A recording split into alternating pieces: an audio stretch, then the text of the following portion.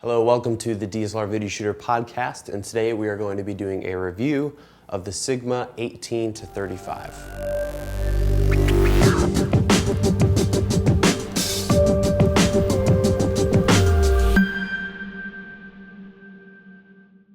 This lens generated a lot of buzz when it was first announced because it really is the first of its kind to have this fast of an aperture when it comes to zoom lenses. It's so strange to be working with a zoom lens that wide open is f1.8, and it is really fantastic. I have been really impressed with this lens.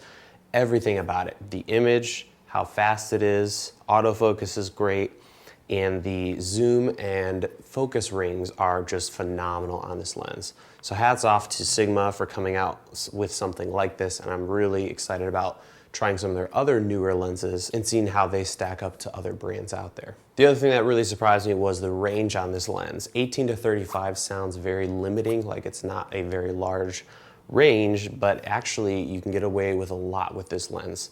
And so it was really cool to have something that, first of all, gets you wide and fast, but is very flexible. So I wasn't feeling like I constantly needed to switch lenses and feeling like this was too wide. On an APS-C sensor, this is a fantastic focal length. The other thing that is very unique is to have something that's so wide and so fast. If you try to look around for an 18mm at f1.8, that's going to be really difficult to find. I just love that look of wide lenses that are fast like this lens. The build quality is fantastic on this lens. While it's mostly made of this rubber kind of feeling material and plastic, it is nice and heavy. It feels really nice and solid in your hands.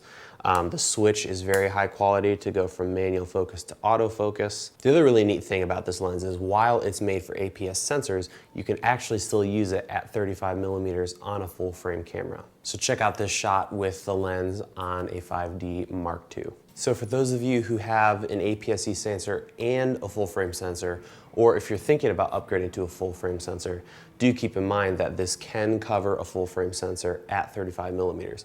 And if you think about it, how many lenses out there are 35mm with f1.8 and costs are under $800? That's really hard to find. So even with that in mind, it's a great lens. I think this might actually be one of the best lenses to get started with. Usually I recommend a 24 to 70 for people who haven't had any zoom lenses.